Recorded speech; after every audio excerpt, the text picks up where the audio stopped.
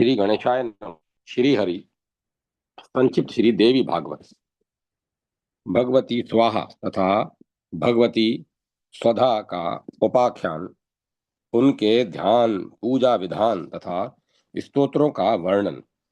नारद जी ने कहा, प्रभो नारायण, आप रूप गुण यश तेज एवं कांति से संपन्न होने के कारण मेरे लिए साक्षात भगवान नारायण ही हैं। मुने, आप ही ज्ञानियों सिद्धों योगियों तपस्वियों और वेद वेताओं में श्रेष्ठ हैं। आपकी कृपा से मुझे महालक्ष्मी का महान अद्भुत उपाख्यान ज्ञात हो गया। अब आप उचित समझें तो भगवती स्वाहा, भगवती स्वधा और भगवती दक्षिणा के चरित्र तथा उनका महत्व सुनाइए। सुत जी कहते हैं, मुनियों, नारद जी की बात सुनकर मुनिवर नारायण हंस पड़े और उन्होंने पुराणोक्त प्राचीन उपाख्यान कहना आरंभ किया। भगवान नारायण कहते हैं, मुने, सृष्टि के समय का यह प्रसंग है।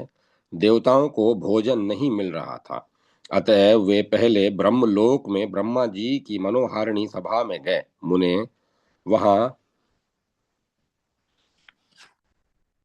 जाकर उन्होंने अपने आहार के लिए ब्रह्मा जी से प्रार्थना की। उनकी बात सुनकर ब्रह्मा जी ने कहा, ब्राह्मणों, ब्राह्मण लोग जो हवन करते हैं उसी से तुम्हारे भोजन की व्यवस्था कर दी जाएगी। तदंतर इसके लिए ब्रह्मा जी भगवान विष्णु की स्तुति करने लगे। नारद जी ने पूछा, मुने, भगवान श्री हरि अपनी कला से यज्ञ के रूप में प्रकट हो चुके हैं। ब्राह्मण उस यज्ञ में देवताओं के उद्देश्य से जो हवि प्रदान करते थे वह क्या हो जाता था। भगवान नारायण कहते हैं, मुनिवर, ब्राह्मण और क्षत्रिय आदि वर्ण भक्ति पूर्वक जो हवन करते थे वह देवताओं को उपलब्ध नहीं होता था। उसी से वे सब उदास होकर ब्रह्म सभा में गए थे और वहां जाकर उन्होंने आहार न मिलने का कारण बतलाया। ब्रह्मा जी ने देवताओं की प्रार्थना सुनकर ध्यान पूर्वक भगवान श्री कृष्ण की शरण ली। तब भगवान ने उन्हें आदेश दिया और उन उसके अनुसार ध्यान करके ब्रह्मा जी भगवती मूल प्रकृति की उपासना करने लगे। तब सर्वशक्ति स्वरूपिणी भगवती स्वाहा भगवती भुवनेश्वरी की कला से प्रकट हुई। उन परम सुंदरी देवी के विग्रह की सुंदर श्याम कांति थी। वे मनोहारिणी देवी मुस्कुरा रही थी। देवताओं पर अनुग्रह करने के लिए व्यग्र चित्त वाली उन भगवती स्वाहा ने ब्रह्मा जी के सम्मुख उपस्थित होकर उनसे कहा, पद्म योने, तुम वर मांगो। तदंतर ब्रह्मा जी ने भगवती का वचन सुनकर आश्चर्य पूर्वक कहा। ब्रह्मा जी बोले, तुम परम सुंदरी देवी अग्नि की दाहिका शक्ति होने की कृपा करो। तुम्हारे बिना अग्नि आहुतियों को भस्म करने में असमर्थ है। जो मानव मंत्र के अंत में तुम्हारे नाम का उच्चारण करके देवताओं के लिए हव्य पदार्थ अर्पण करेंगे वह देवताओं को सहज ही उपलब्ध हो जाएगा। अंबिके, तुम सर्व संपत स्वरूपा श्री रूपणी देवी अग्नि की ग्रह स्वामी बनो। देवता और मनुष्य सदा तुम्हारी पूजा करें। ब्रह्मा जी की बात सुनकर भगवती स्वाहा उदास हो गई। तदंतर उन्होंने स्वयं अपना अभिप्राय ब्रह्मा जी के प्रति व्यक्त किया। भगवती स्वाहा ने कहा, ब्राह्मण, मैं दीर्घ काल तक तपस्या करके भगवान श्री कृष्ण की उपासना करूंगी। उन परब्रह्म भगवान श्री कृष्ण के अतिरिक्त जो कुछ भी है सब स्वप्नवत केवल ब्रह्म है। तुम जगत की रक्षा करते रहो तुम जगत की रक्षा करते हो। शंकर ने मृत्यु पर विजय प्राप्त की है। शेषनाग अखिल विश्व को धारण करते हैं। धर्म को धार्मिक पुरुषों को जानने की योग्यता प्राप्त है। गणेश संपूर्ण देव समाज में सर्वप्रथम पूजा प्राप्त करते हैं। प्रकृति देवी सर्व पूज्या हुई हैं। यह सब उन भगवान श्री कृष्ण की उपासना का ही फल है। उपर्युक्त सभी देवता सम्यक प्रकार से श्री कृष्ण की आराधना कर चुके हैं। भगवान श्री कृष्ण के सेवक होने से ही ऋषियों और मुनियों का सर्वत्र सम्मान है। अतः मैं भी उन्हीं परम प्रभु श्री कृष्ण के चरण कमलों का चिंतन करना चाहती हूँ। ब्रह्मा जी से यूं कहकर वे कमल मुखी देवी स्वाहा निरामय भगवान श्री कृष्ण के उद्देश्य से तपस्या करने के लिए चल दी। फिर एक पैर से खड़ी होकर उन्होंने श्री कृष्ण का ध्यान करते हुए बहुत वर्षों तक तप किया। तब प्रकृति से परे निर्गुण परब्रह्म श्री कृष्ण के दर्शन उन्हें प्राप्त हुए। भगवान के परम कमनीय सौंदर्य को देखकर स्वरूपणी देवी स्वाहा मूर्छित सी हो गई। कारण उन कामुकी देवी ने कामेश प्रभु को सुदीर्घ समय के बाद देखा था। चिरकाल तक तपस्या करने के कारण क्षीण शरीर वाली देवी स्वाहा के अभिप्राय को सर्वज्ञ भगवान श्री कृष्ण समझ गए। उन्होंने उन्हें उठाकर अपने अंक में बैठा लिया और कहा, भगवान श्री कृष्ण बोले, कांते, तुम वराह कल्प में मेरी प्रिया बनोगी। तुम्हारा नाम नागजीति होगा। राजा नग्नजीत तुम्हारे पिता होंगे। उस इस समय तुम दाहिका शक्ति से संपन्न होकर अग्नि की प्रिय पत्नी बनो। मेरे प्रसाद से तुम मंत्रों का अंग बनकर पूजा प्राप्त करोगी। अग्निदेव तुम्हें अपनी गृह स्वामिनी बनाकर भक्ति भाव के साथ पूजा करेंगे। तुम परम रमणीया देवी को उनके साथ हास विलास करने का सुअवसर प्राप्त होगा। नारद, इस प्रकार देवी स्वाहा से संभाषण करके भगवान श्री कृष्ण अंतर ध्यान हो गए। फिर उनकी आज्ञा के अनुसार डरते हुए अग्निदेव वहां आए और सामवेद में कही हुई विधि से जगजननी भगवती का ध्यान करने लगे। तदंतर उन्होंने देवी की भली भांति पूजा और स्तुति की। तत्पश्चात भगवती स्वाहा और अग्निदेव का मंत्र पूर्वक विवाह संस्कार संपन्न हुआ। देवताओं के वर्ष से 100 वर्ष तक वे उनके साथ आनंद करते रहे। परम सुखप्रद निर्जन देश में रहते समय देवी स्वाहा अग्निदेव के तेज से गर्भवती हो गई। 12 दिव्य वर्षों तक वे उस गर्भ को धारण किए रही। तत्पश्चात दक्षिणाग्नि, ग्रहपत्याग्नि, आवन्याग्नि के क्रम से मन को मुग्ध करने वाले परम सुंदर 5 पुत्र उनसे उत्पन्न हुए। तब ऋषि मुनि ब्राह्मण तथा क्षत्रिय आदि सभी श्रेष्ठ वर्ण स्वाहांत मंत्रों का उच्चारण करते करके अग्नि में हवन करने लगे और देवताओं को वह आहार रूप से प्राप्त होने लगा। जो पुरुष स्वाहा युक्त प्रशस्त मंत्र का उच्चारण करता है उसे केवल मंत्र पढ़ने मात्र से ही सिद्धि प्राप्त हो जाती है। जिस प्रकार विषहीन सर्प, वेदहीन ब्राह्मण, पति सेवा विहीन स्त्री, विद्याहीन पुरुष तथा फल एवं शाखाहीन वृक्ष निंदा के पात्र हैं, वैसे ही स्वाहाहीन मंत्र भी निग्न निग्न है।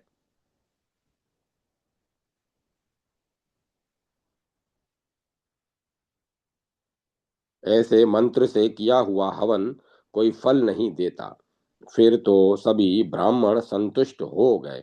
देवताओं को आहुतियां मिलने लगी। मुने भगवती स्वाहा से संबंध रखने वाला इस प्रकार यह सारा श्रेष्ठ उपाख्यान कह सुनाया। यह प्रसंग सुख और मोक्ष प्रदान करने में परम उपयोगी एवं रहस्यपूर्ण है। तुम अब क्या सुनना चाहते हो? नारद जी ने कहा, प्रभो मुनीश्वर, अब मुझे भगवती स्वाहा की पूजा का वह विधान, ध्यान एवं स्तोत्र बताने की कृपा कीजिए जिससे अग्निदेव उनकी पूजा करके स्तुति अग्निदेव ने उनकी पूजा करके स्तुति की थी। भगवान नारायण कहते हैं, ब्रह्मन मुनिवर भगवती स्वाहा के ध्यान, स्तोत्र और पूजा का जो विधान सामवेद में कहा गया है वही मैं तुम्हें बताता हूँ। सावधान होकर सुनो। पुरुष को चाहिए कि फल प्राप्त करने के लिए संपूर्ण यज्ञों के आरंभ में शालग्राम की प्रतिमा का अथवा कलश पर यत्न पूर्वक भगवती स्वाहा का पूजन करके यज्ञ आरंभ करे।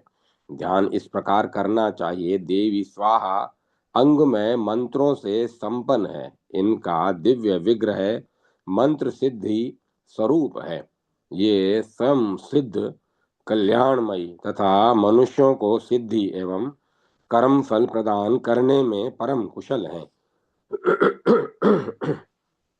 मुने, यूं ध्यान करके मूल मंत्र से पाद आदि अर्पण करने के पश्चात स्तोत्र का पाठ करने से मनुष्यों को संपूर्ण सिद्धियां सुलभ हो जाती हैं। मूल मंत्र है ओम ह्रीं श्रीं वाहिं जा याय देव्या स्वाहा। इस मंत्र से भक्ति पूर्वक जो भगवती स्वाहा की पूजा करता है उसके सारे मनोरथों के पूर्ण हो जाने में कोई संदेह नहीं है। अग्निदेव कहते हैं, स्वाहा वहिन प्रिया वहिन जाया संतोष कारिणी शक्ति क्रिया काल दात्री परिपाक करी ध्रुवा गति नरदाहिका दहन क्षमा संसार सार रूपा घोर संसार तारणी देव जीवन रूपा और देव पोषण कारिणी। यूं ये 16 नाम भगवती स्वाहा के हैं। इसे पढ़ने वाला पुण्यात्मा पुरुष इस लोक और परलोक में भी संपूर्ण सिद्धियों को प्राप्त कर लेता है। उसका कोई भी शुभ कार्य अधूरा नहीं रह सकता। इस इस षोडश नाम के प्रभाव से अपुत्री पुत्रवान तथा भार्याहीन व्यक्ति प्रिय भार्या संपन्न हो जाता है। भगवान नारायण कहते हैं, मुने अब भगवती स्वधा का उत्तम उपाख्यान कहता हूँ, सुनो। पितरों के लिए यह तृप्ति प्रद और श्रद्धान के फल को बढ़ाने वाला है। जगत सृष्टा ब्रह्मा ने सृष्टि के आरंभ में 7 पितरों का सृजन किया। 4 तो मूर्तिमान थे और 3 तेज स्वरूप। इन 7 सुख रूपी मनोहर पितरों को देखकर उनके भोजन के लिए श्राद्ध तर्पण पूर्वक दिया हुआ पदार्थ निश्चित किया। स्नान तर्पण श्राद्ध देव पूजन तथा प्रतिदिन त्रिकाल संध्या यह ब्राह्मणों का परम कर्तव्य है। यह बात श्रुति में प्रसिद्ध है। जो ब्राह्मण नित्य चीरकाल संध्या श्राद्ध तर्पण बलि और वेद ध्वनि नहीं करता उसे अजगर सर्प के समान समझना चाहिए। नारद देवी की सेवा से वंचित तथा भगवान को बिना भोग लगाए खाने वाला व्यक्ति जीवन पर्यंत अपवित्र रहता है। उसे कोई भी शुभ कार्य करने का अधिकार नहीं है। यूं ब्रह्मा जी तो पितरों के आहारार्थ श्राद्ध आदि का विधान करके चले गए, परंतु ब्राह्मण प्रभृति व्यक्तियों के दिए हुए कव्य पदार्थ पितृ पा नहीं सकते थे। अतः वे सभी क्षुधा शांत न होने के कारण उदास होकर ब्रह्मा जी की सभा में गए। उन्होंने वहां जाकर ब्रह्मा जी को सारी बातें बताई। तब उन महाभाग विधाता ने एक परम सुंदर मानसी कन्या प्रकट की। सैकड़ों चंद्रमा की प्रभा के समान मुख वाली वह देवी रूप और यौवन से संपन्न थी।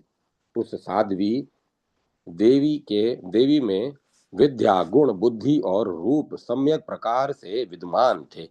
श्वेत चंपा के समान उसका उज्ज्वल वर्ण था। वह रत्न में भूषणों से विभूषित थी। मूल प्रकृति भगवती जगदम्बा की अंशभूता वह देवी मुस्कुरा रही थी। सदा विशुद्ध वर देने वाली एवं कल्याण स्वरूपिणी उस सुंदरी का नाम स्वधा रखा गया। भगवती लक्ष्मी के सभी शुभ लक्षण उसमें विराजमान थे। वह अपने चरण कमलों को शतदल कमल पर रखे हुए थी। उसके मुख और नेत्र विकसित कमल के सदृश सुंदर थे। उसे पितरों की पत्नी बनाया गया। ब्रह्मा जी ने पितरों को संतुष्ट करने के लिए इस तुष्टि स्वरूपिणी को पत्नी रूप से उन्हें सौंप दिया। सब ही साथ ही अंत में स्वधा लगाकर मंत्रों का उच्चारण करके पितरों के उद्देश्य से पदार्थ अर्पण करना चाहिए। यह गोपनीय बात भी ब्राह्मणों को बतला दी। तब से ब्राह्मण उसी क्रम से पितरों को कव्य प्रदान करने लगे। यूं देवताओं के लिए वस्तुदान में स्वधा स्वाहा और पितरों के लिए स्वधा शब्द का उच्चारण श्रेष्ठ माना जाने लगा।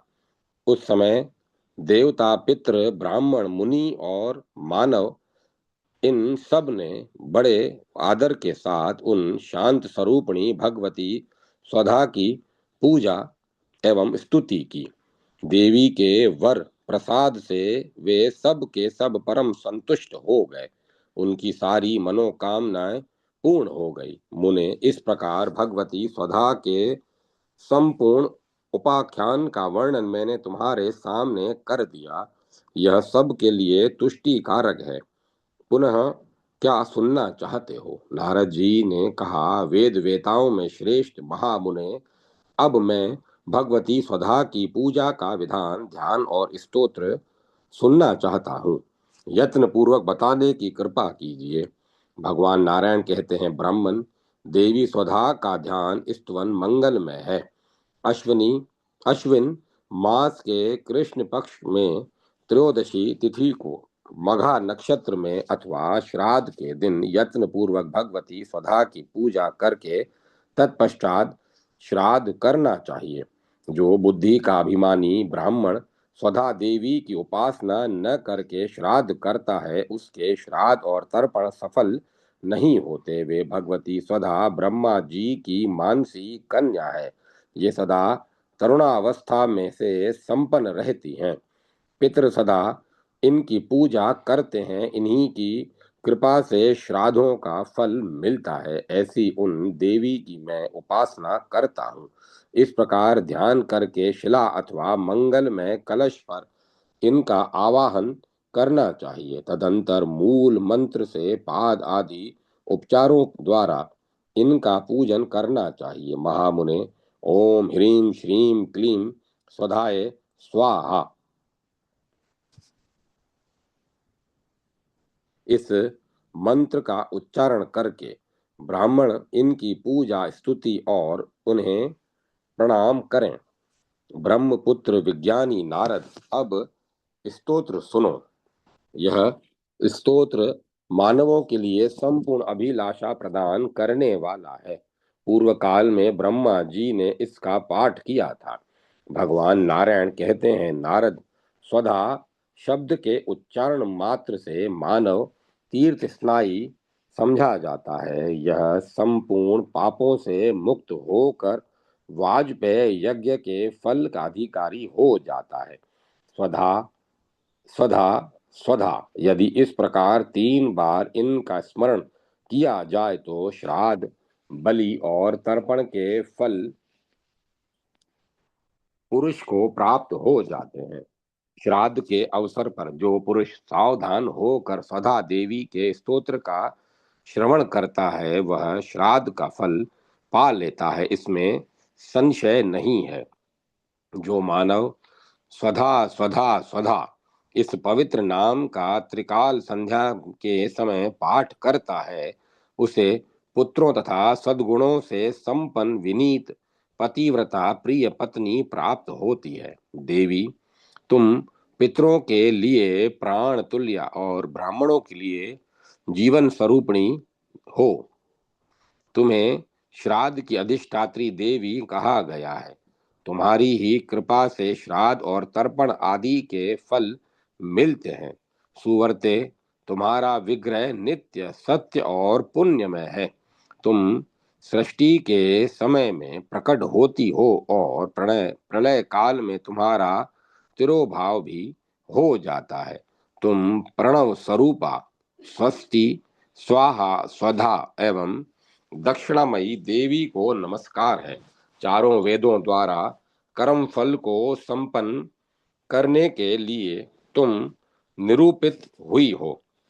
कर्मों की पूर्ति के लिए ही ईश्वर ने तुम्हारे ये चार रूप बनाए हैं। इस प्रकार देवी स्वधा की महिमा गाकर ब्रह्मा जी अपनी सभा में विराजमान हो गए। इतने में सहसा भगवती स्वधा उनके सामने प्रकट हो गई। तब पितामह ने उन कमल नयनी देवी को पितरों के प्रति समर्पण कर दिया। उन देवी की प्राप्ति से पितृ अत्यंत प्रसन्न हुए। वे आनंद से विहल हो गए।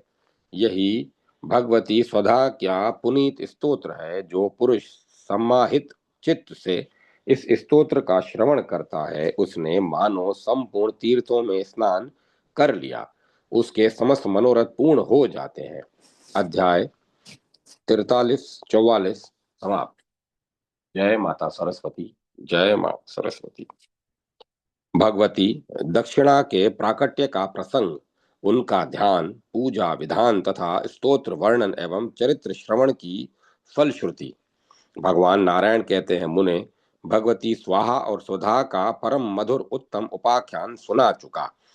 अब मैं भगवती दक्षिणा के प्रसंग का वर्णन करूंगा। तुम सावधान होकर सुनो। प्राचीन काल की बात है। गोलोक में भगवान श्री कृष्ण की प्रियसी एक गोपी थी। उसका नाम सुशीला था। उसे श्री राधा की प्रधान सखी होने का सौभाग्य प्राप्त था। वह धन्य, मान्य एवं मनोहर अंग वाली गोपी परम सुंदरी थी। सौभाग्य में वह लक्ष्मी के समान थी। उसमें पातिव्रत्य के सभी शुभ लक्षण सन्निहित थे। वह साध्वी गोपी विद्या, गुण और उत्तम रूप से सदा सुशोभित थी। कलावती, कोमलांगी, कांता, कमल लोचना, सुश्रोणी, सुस्तनी, श्यामा और न्योद्र न्यो न्योग्रोध पय मंडिता, ये सभी विशेषण उसमें उपयुक्त थे। उसका प्रसन्न मुख सदा मुस्कान से भरा रहता था। रत्नमय अलंकार उसकी शोभा बढ़ाते थे। उसके शरीर की कांति ऐसी थी मानो स्वच्छ कमल हो। बिंबा फल के समान लाल लाल उसके अधरोष्ट तथा मृग के सदृश उसके मनोहर नेत्र थे। हंस के समान गंभीर गति से चलने वाली उस कामिनी सुशीला को राति रति शास्त्र का सम्यक ज्ञान था। भगवान श्री कृष्ण उससे प्रेम करते थे और वह भी उनके भाव के अनुसार ही व्यवहार करती थी। एक समय परमेश्वरी श्री राधा ने सुशीला को कह दिया, आज से तुम गोलोक में नहीं आ सकोगी। तदंतर श्री कृष्ण वहां से अंतर ध्यान हो गए। तब देव देवेश्वरी भगवती श्री राधा रास मंडल के मध्य रासेश्वर भगवान श्री कृष्ण को जोर जोर से पुकारने लगी, परंतु भगवान ने उन्हें दर्शन नहीं दिए।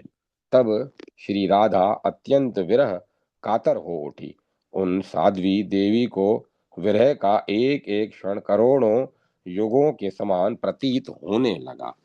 उन्होंने करुण प्रार्थना की, श्री कृष्ण श्याम सुंदर, आप मेरे प्राणनाथ हैं। मैं आपके प्रति प्राणों से भी बढ़कर प्रेम करती हूँ। आप शीघ्र यहाँ पधारने की कृपा कीजिए। भगवान, आप मेरे प्राणों के अधिष्ठाता देव हैं। आपके बिना अब ये प्राण नहीं रह सकते। स्त्री पति के सौभाग्य पर गर्व करती है। पति के साथ प्रतिदिन उसका सुख बढ़ता रहता है, अतः उसे धर्म पूर्वक पति की सेवा में ही सदा तत्पर रहना चाहिए। कुलीन स्त्रियों के लिए बंधु, अधिदेवता, आश्रय, परम संपत्ति स्वरूप तथा सदा स्नेह दान करने के लिए प्रस्तुत मूर्तिमान विग्रह एक मात्र पति ही है। पतिव्रताएं स्वामी को सम्मान प्रदान करके उनसे धर्म, शाश्वत सुख, प्रीति, शांति एवं सम्मान प्राप्त करती है। स्वामी ही स्त्री के लिए सर्वस्व है। उसी की कृपा से बांधव बढ़ते हैं। वह केवल पति ही नहीं है, परंतु समय पड़ने पर वही उसका परम बंधु भी है। उसे भरण करने से भर्ता, पालन करने से पति, शरीर का शासक होने से स्वामी तथा कामना की पूर्ति करने से कांत कहते हैं। वह सुख की वृद्धि करने से बंधु, प्रीति प्रदान करने से प्रिय, ऐश्वर्य का दाता होने से ईश, प्राण का स्वामी होने से प्राण नायक तथा रति सुख प्रदान करने से रमण कहलाता है। अंततः कुलीन स्त्रियों के लिए पति से बढ़कर दूसरा कोई प्रिय नहीं। पति के शुक्र से पुत्र की उत्पत्ति होती है, इससे वह प्रिय माना जाता है। पतिव्रताएं 100 पुत्रों से भी अधिक पति को प्रेम पात्र समझती हैं। उनके मन से यह धारणा कभी दूर नहीं होती, जो असत कुल में उत्पन्न है वही स्त्री पति के इस धार्मिक रहस्य को समझने में असमर्थ है। संपूर्ण तीर्थ में स्नान, अखिल यज्ञों में दक्षिणा दान, पृथ्वी की प्रदक्षिणा, अनेक प्रकार के तप, सभी व्रत, अमूल्य वस्तु दान, पवित्र उपासनाएं तथा गुरु देवता एवं ब्राह्मणों की सेवा, इन श्रेष्ठ कार्यों की बड़ी प्रशंसा सुनी है, किंतु ये सब के सब स्वामी के चरण सेवन की 16वीं कला की भी तुलना नहीं कर सकते।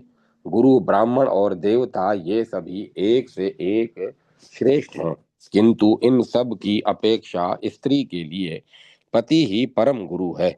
इस प्रकार पुरुषों के लिए विद्या प्रदान करने वाले गुरु माने जाते हैं, ऐसे ही कुलीन स्त्रियों के लिए पति है। भगवान, आप असंख्य गोपों, गोपियों, ब्रह्मांडों तथा वहां के निवासी प्राणियों के लिए एकमात्र स्वामी है। विश्व से लेकर अखिल ब्रह्मांड गोलोक तक का साम्राज्य जो मुझे प्राप्त है वह केवल आपकी कृपा का ही प्रसाद है। स्त्री स्वभाव मिटता नहीं, अतः मैं आपके रहस्यों को न समझकर कभी कभी इस प्रकार का दुराव कर बैठती हूँ। आप मुझे क्षमा करें। इस प्रकार कहकर श्री राधा भक्ति पूर्वक भगवान श्री कृष्ण का ध्यान करने लगी। प्रेम के कारण उनकी आंखों से आंसू ढल रहे थे। नाथ, नाथ की करुण ध्वनि उनके मुख से निकल रही थी। वियोग के कठिन दुख का अनुभव करती हुई वे दैन्य भाव से कह रही थी, प्रभो, अब तुरंत दर्शन देने की कृपा कीजिए। तदंतर श्री कृष्ण ने प्रकट श्री कृष्ण ने प्रकट होकर राधा के विरह ताप को शांत किया। मुने, उसी समय का प्रसंग है। श्री राधा की सहचरी सुशीला नाम की जो गोपी थी, जिसे राधा ने गोलोक से च्युत होने के लिए कह दिया था, वहां से चलकर देवी दक्षिणा के नाम से प्रकट हुई। उनके प्रकट होने का प्रसंग इस प्रकार है। दीर्घ काल तक तपस्या करके भगवती लक्ष्मी के विग्रह में उसने स्थान प्राप्त कर लिया। तब अत्यंत कठिन यज्ञ करने पर भी देवताओं के सामने फल उपस्थित नहीं होता था। वे सभी उदास होकर ब्रह्मा जी के पास गए। ब्रह्मा जी ने उनकी प्रार्थना सुनकर जगत प्रभु भगवान श्री हरि का ध्यान किया। बहुत समय तक भक्ति पूर्वक ध्यान करने के पश्चात उन्हें आदेश प्राप्त हुआ। स्वयं भगवान नारायण ने महालक्ष्मी के दिव्य विग्रह से मृत लक्ष्मी को प्रकट किया और दक्षिणा नाम रखकर उसे ब्रह्मा जी को सौंप दिया।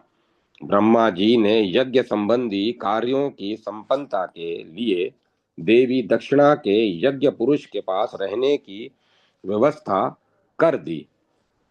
उस समय यज्ञ पुरुष का मन आनंद से भर गया। उन्होंने विधि के साथ भगवती दक्षिणा की पूजा और स्तुति की।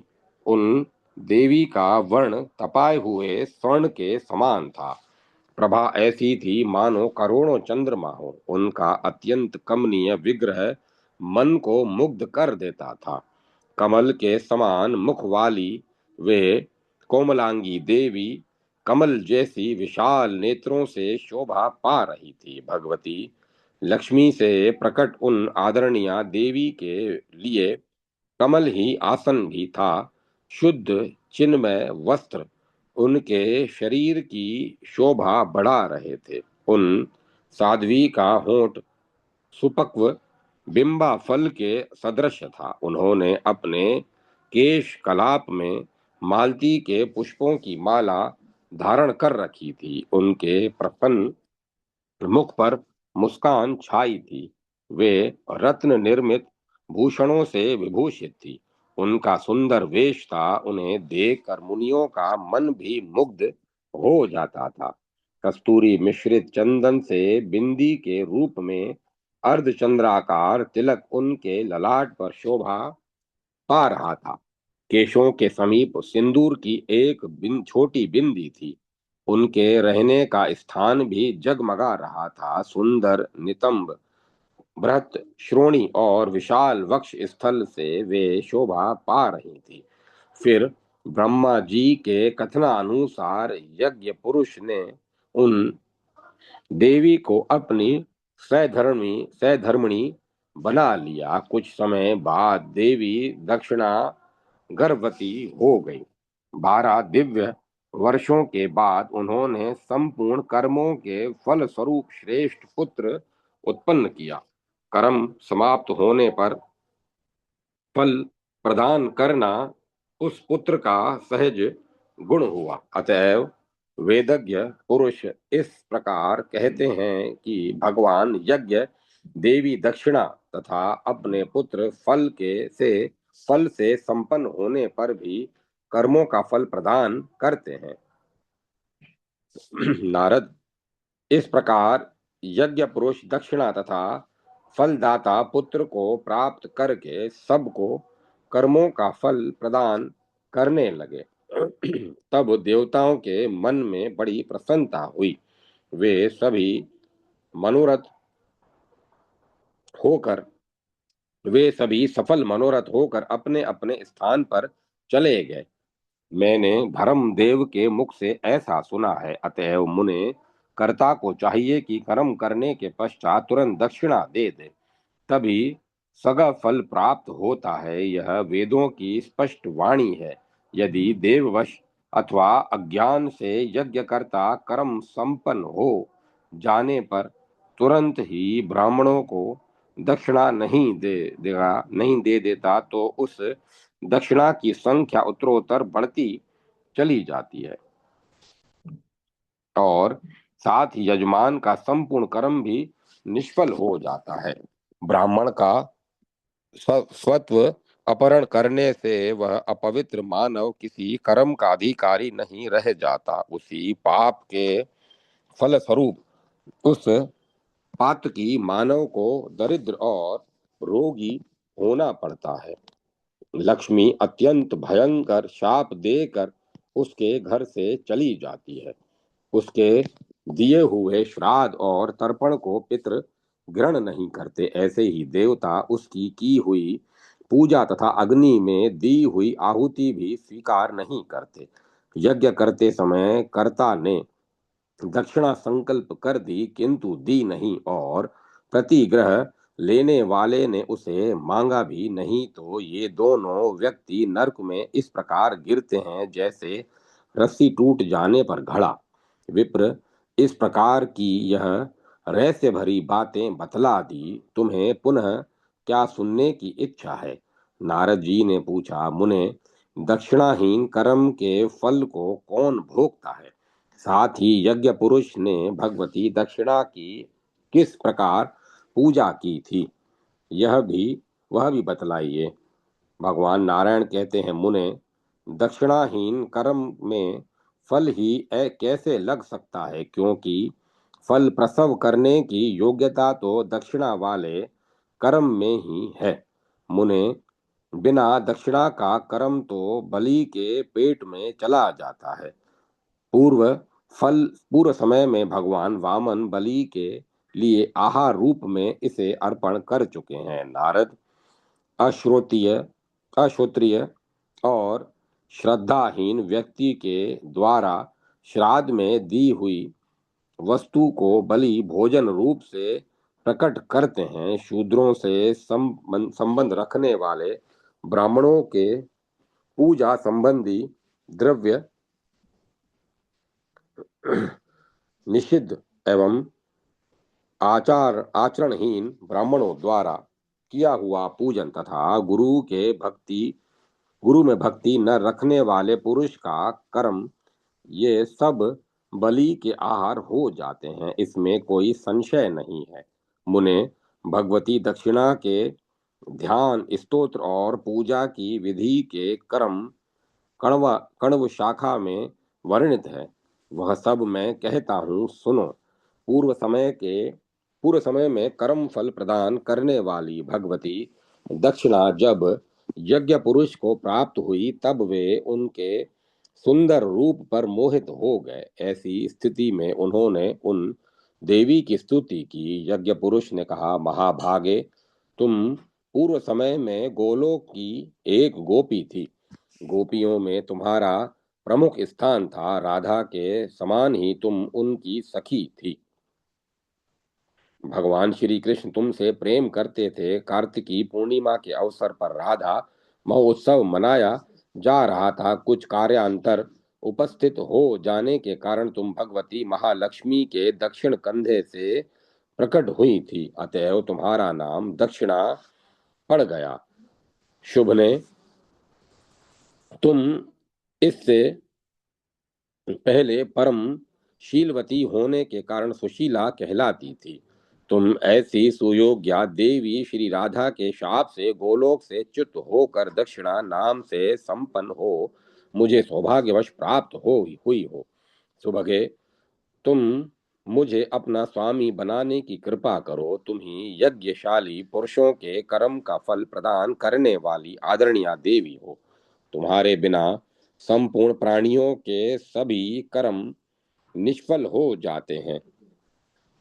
तुम्हारी अनुपस्थिति में कर्मियों का कर्म भी शोभा नहीं पाता है। ब्रह्मा, विष्णु, महेश तथा दिक्पाल प्रभृति सभी देवता तुम्हारे न रहने से कर्मों का फल देने में असमर्थ रहते हैं। ब्रह्मा स्वयं कर्म रूप है, शंकर को फल रूप बतलाया गया है। मैं विष्णु स्वयं यज्ञ रूप से प्रकट हूँ। इन सब में सार रूपा तुम्ही हो। फल प्रदान करने वाले पर ब्रह्म और निर्गुणा भगवती प्रकृति तथा स्वयं भगवान श्री कृष्ण तुम्हारे ही सुयोग से शक्तिमान बने हैं। कांते, तुम ही मेरी शक्ति हो। वरानने, तुम जन्म जन्मांतर में निरंतर मेरे समीप रहो और मैं तुम्हारे संपूर्ण कार्यों में सहायता देने में सफल बना रहूं। यज्ञ पुरुष के इस प्रकार प्रार्थना करने पर यज्ञ की अधिष्ठात्री देवी भगवती दक्षिणा प्रसन्न होकर उनके सामने उपस्थित हुई और उन महाभाग यज्ञ को उन्होंने अपना स्वामी बना लिया। यह भगवती दक्षिणा का स्तोत्र है। जो पुरुष यज्ञ के अवसर पर इसका पाठ करता है, उसे संपूर्ण यज्ञों के फल सुलभ हो जाते हैं, इसमें संशय नहीं है। सभी प्रकार के यज्ञों के आरंभ में जो पुरुष इस स्तोत्र का पाठ करता है, उसके सभी यज्ञ निर्विघ्न संपन्न हो जाते हैं। वह ध्रुव यह ध्रुव सत्य है। यह स्तोत्र तो कह दिया, अब ध्यान और पूजा विधि सुनो। विद्वान पुरुष को चाहिए कि शालग्राम की मूर्ति में अथवा कलश पर आवाहन करके भगवती दक्षिणा की पूजा करे।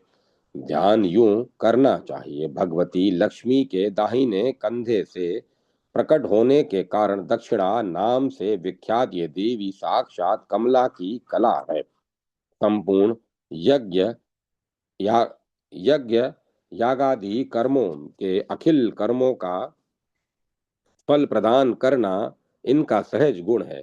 ये भगवान विष्णु की शक्ति स्वरूपा हैं, सब ने इनकी वंदना की है। ऐसी शुभा शुद्धिदा शुद्धि रूपा और सुशीला नाम से प्रसिद्ध भगवती दक्षिणा की मैं उपासना करता हूँ।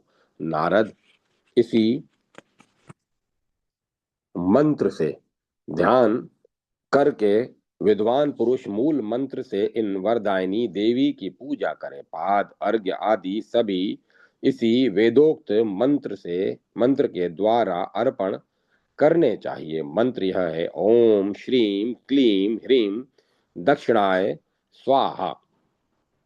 सुधी जनों को चाहिए कि सर्व पूजिता इन भगवती दक्षिणा की अर्चना भक्ति पूर्वक उत्तम विधि के साथ करें। ब्राह्मण इस प्रकार भगवती दक्षिणा का उपाख्यान कह दिया।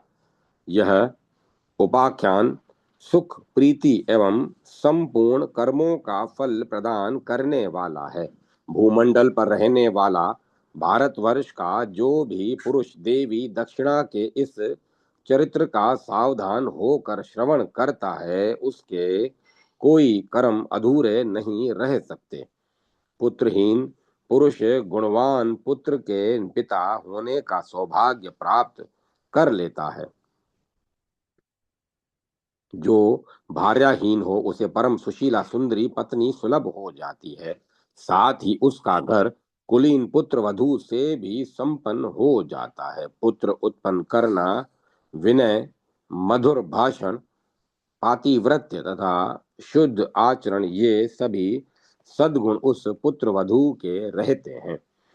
विद्याहीन विद्वान, दरिद्री धनवान, भूमिहीन भूमिमान तथा प्रजाहीन व्यक्ति श्रवण के प्रभाव से प्रजावान बन जाता है। संकट, बंधु विच्छेद, विपत्ति तथा बंधन के अवसर पर 1 महीने तक इसका श्रवण करके पुरुष इन सभी विषम परिस्थितियों से छूट जाता है, इसमें कोई संशय नहीं है। अध्याय 45 समाप्त। जय माता सरस्वती। जय मां सरस्वती। देवी षष्ठी के ध्यान पूजन एवं स्तोत्र तथा विशद महिमा का वर्णन। नारद जी ने कहा, प्रभो, भगवती षष्ठी, मंगल चंडिका तथा देवी मनसा, ये देवियां मूल प्रकृति की कला मानी गई हैं। मैं सब अब इनके प्राकट्य का प्रसंग तत्व पूर्वक सुनना चाहता हूँ। भगवान नारायण कहते हैं, मुने, मूल प्रकृति के छठे अंश से प्रकट होने के कारण ये षष्ठी देवी कहलाती हैं। बालकों की ये अधिष्ठात्री देवी हैं। इन्हें विष्णु माया और बालदा भी कहा जाता है। मातृकाओं में देवसेना नाम से ये प्रसिद्ध हैं। उत्तम व्रत का पालन करने वाली इन साध्वी देवी को स्वामी कार्तिकेय की पत्नी होने का सौभाग्य प्राप्त है, जो प्राणों से भी बढ़कर इनसे प्रेम करते हैं। बालकों को दीर्घायु बनाना तथा उनका भरण पोषण एवं रक्षण करना इनका स्वाभाविक गुण है। ये सिद्धि योगिनी देवी अपने योग के प्रभाव से बच्चों के पास सदा विराजमान रहती हैं। ब्राह्मण इनकी पूजा विधि के साथ ही यह एक उत्तम इतिहास भी सुनो। पुत्र प्रदान करने वाला यह परम सुखदायी उपाख्यान धर्म देव के मुख से मैंने सुना है। प्रियव्रत नाम के एक राजा हो चुके हैं। उनके पिता का नाम था स्वयंभू मनु। प्रियव्रत योगी राज होने के कारण विवाह करना नहीं चाहते थे। तपस्या में उनकी विशेष रुचि थी, परंतु ब्रह्मा जी की आज्ञा तथा सत्य प्रयत्न के प्रभाव से उन्होंने विवाह कर लिया। मुने विवाह के बाद सुदीर्घ काल तक उन्हें कोई संतान नहीं हो सकी। तब कश्यप जी ने उनसे पुत्रेष्टि यज्ञ कराया। राजा की प्रियसी भार्या का नाम मालिनी था। मुनि ने उन्हें चरु प्रदान किया। चरु भक्षण करने के पश्चात रानी मालिनी गर्भवती हो गई। तत्पश्चात स्वर्ण के समान प्रतिभा वाले एक कुमार की उत्पत्ति हुई, परंतु संपूर्ण अंगों से संपन्न वह कुमार मरा हुआ था। उसकी आंखें उलट चुकी थी।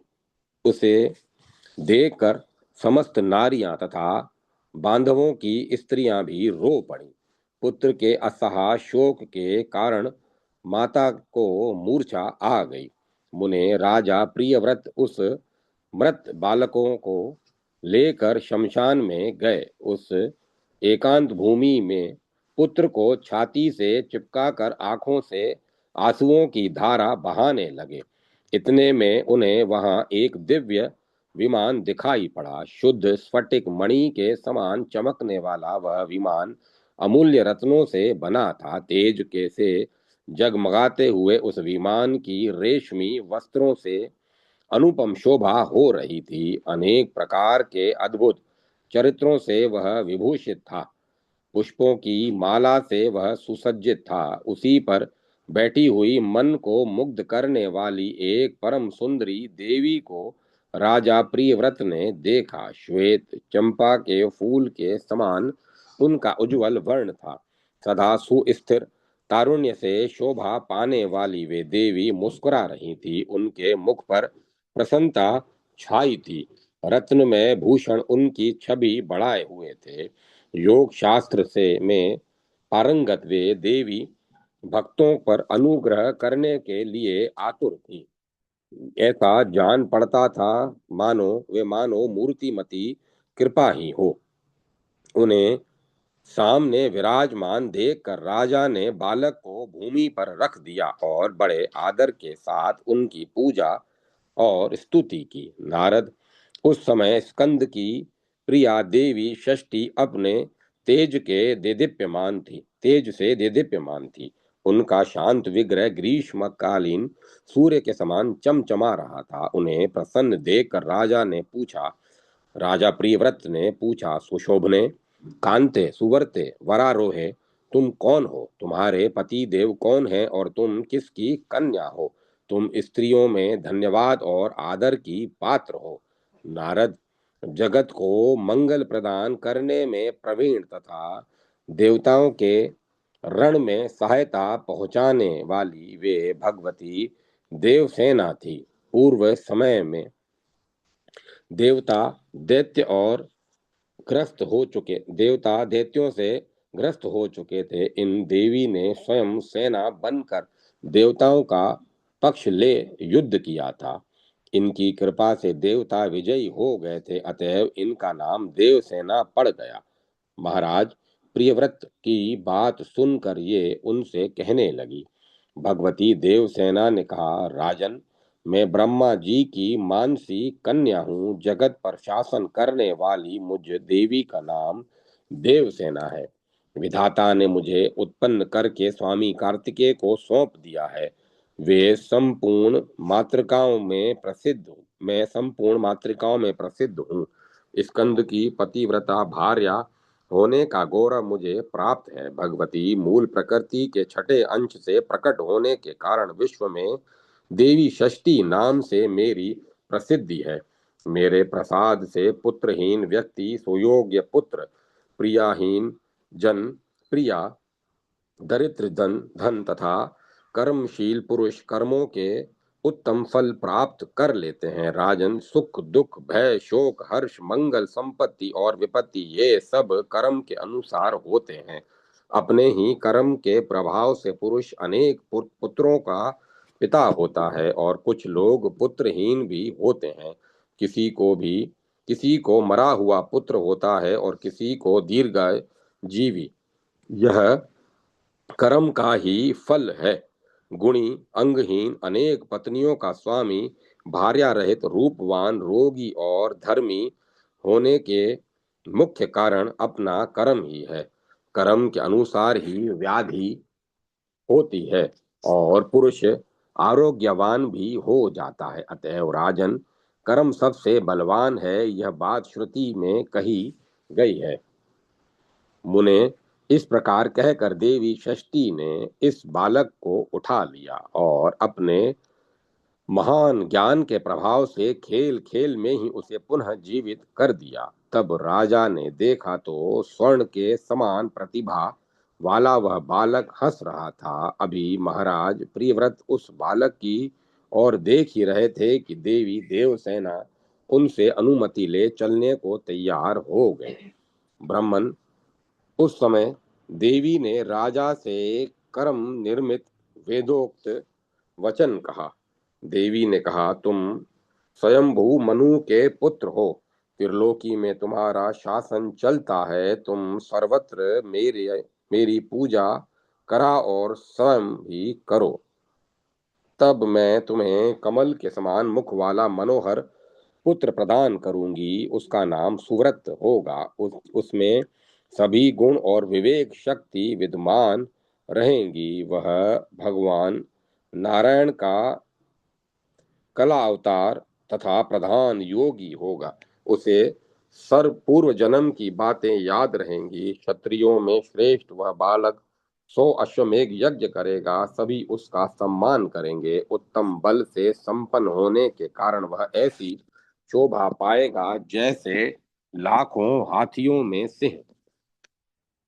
वह धनी, गुणी, शुद्ध, विद्वानों का प्रेम भाजन तथा योगियों, ज्ञानियों एवं तपस्वियों का सिद्ध रूप होगा। त्रिलोकी में उसकी कीर्ति फैल जाएगी। वह सबको सब संपत्ति प्रदान कर सकेगा। इस प्रकार राजा प्रियव्रत से कहने के पश्चात भगवती देवसेना उन्हें पुत्र प्रदान करने के लिए तत्पर हो गई। राजा प्रियव्रत ने पूजा की सभी बातें स्वीकार कर ली। यूं भगवती देवसेना ने उन्हें उत्तम वर दे स्वर्ग के लिए प्रस्थान किया। राजा भी प्रसन्न मन होकर मंत्रियों के साथ अपने घर लौट आए। आकर पुत्र विषयक वृतांत सबसे कह सुनाया। नारद, यह प्रिय वचन सुनकर स्त्री और पुरुष सब के सब परम संतुष्ट हो गए। राजा ने सर्वत्र पुत्र प्राप्ति के उपलक्ष्य में मांगलिक कार्य आरंभ कर दिया। भगवती की पूजा की, ब्राह्मणों को बहुत सा धन दान किया। तब से प्रत्येक मास में शुक्ल पक्ष की षष्ठी तिथि के अवसर पर भगवती षष्ठी का महोत्सव यत्न पूर्वक मनाया जाने लगा। बालकों के प्रसव गृह में छठे दिन, 21वें दिन तथा अन्नप्राशन के अन्नप्राशन के शुभ समय पर यत्न पूर्वक देवी की पूजा होने लगी। सर्वत्र इसका पूरा प्रचार हो गया। स्वयं राजा प्रियव्रत भी पूजा करते थे। सुव्रत, अब भगवती देवसेना का ध्यान, पूजन, स्तोत्र कहता हूँ, सुनो। यह प्रसंग कोथुम शाखा में वर्णित है। धर्मदेव के मुख से सुनने का मुझे अवसर मिला था। मुने, शालग्राम की प्रतिमा कलश अथवा वट के मूल भाग में या दीवाल पर पुतली का बनाकर प्रकृति के छठे अंश से प्रकट होने वाली शुद्ध स्वरूपणी उन भगवती की इस प्रकार पूजा करनी चाहिए। विद्वान पुरुष इनका इस प्रकार ध्यान करें। सुंदर पुत्र, कल्याण तथा दया प्रदान करने वाली ये देवी जगत की माता है। श्वेत चंपक के समान इनका वर्ण है। रत्नमय भूषणों से ये अलंकृत हैं। इन परम पवित्र स्वरूपिणी भगवती देवसेना की मैं उपासना करता हूँ। विद्वान पुरुष यूं ध्यान करने के पश्चात भगवती को पुष्पांजलि समर्पण करें। पुनः ध्यान करके मूल मंत्र से उन साध्वी देवी की पूजा करने का विधान है। पाद अर्घ्य आचमनीय गंध पुष्प दीप विविध प्रकार के नेवे तथा सुंदर फल द्वारा भगवती की पूजा करनी चाहिए। उपचार अर्पण करने के पूर्व ओम ह्रीम षष्ठी देवे स्वाहा इस मंत्र का उच्चारण करना विहित है। पूजक पुरुष को चाहिए कि यथाशक्ति इस अष्टाक्षर महामंत्र का जप भी करे। तदंतर मन को शांत करके भक्ति पूर्वक स्तुति करने के पश्चात देवी को प्रणाम करें। फल प्रदान करने वाला यह उत्तम स्तोत्र सामवेद में वर्णित है। जो पुरुष देवी के उपर्युक्त अष्टाक्षर महामंत्र का 1,00,000 जप करता है उसे अवश्य ही उत्तम पुत्र की प्राप्ति होती है, ऐसा ब्रह्मा जी ने कहा है। मुनिवर, अब संपूर्ण शुभ कामनाओं को प्रदान करने वाला स्तोत्र सुनो। नारद, सबका मनोरथ पूर्ण करने वाला यह स्तोत्र वेदों में गोप्य है। देवी को नमस्कार है, महादेवी को नमस्कार है, शांत स्वरूपणी भगवती सिद्धा को नमस्कार है, शुभा देवसेना एवं भगवती षष्ठी को बार बार नमस्कार है। वरदा पुत्रदा धनदा सुखदा और मोक्ष प्रदा भगवती षष्ठी को बार बार नमस्कार है। मूल प्रकृति के छठे अंश से प्रकट होने वाली सिद्ध स्वरूपणी भगवती षष्ठी को नमस्कार है।